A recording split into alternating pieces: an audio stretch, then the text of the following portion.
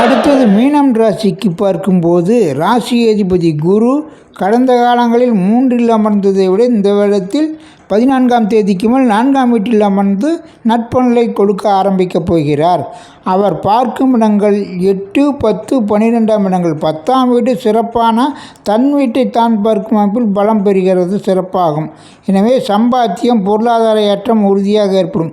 மேலும் 8, 12ஆம் இடங்கள் வெளிநாடு, வெளியிடம், பங்குச்சந்தை, ஷேர் மார்க்கெட், வியூக வணிகங்கள் மூலமும் ராகு 12ல் அமர்ந்து குருவின் பார்வை பெறுவதால் அந்நிய வழிவகையிலும் ஏற்றுமதி இறக்குமதி தொழில்களிலும் ஜாக்பாட் லாட்டரி போன்ற வழிகளிலும் யோக பலன்கள், பொருளாதார ஏற்றம் ஏற்படும்.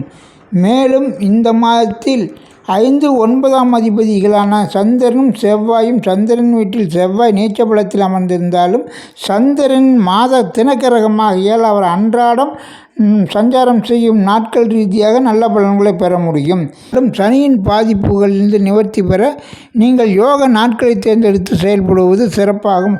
முக்கியமாக வழிபாடுகளிலும் தாராபலமுள்ள நாட்களையும் எனது அன்றாடம் ராசி பலன்கள் மூலம் அறிந்து செயல்பட்டால் மேன்மையான நட்பலனை பெற்று முன்னேற்றம் அடையலாம்.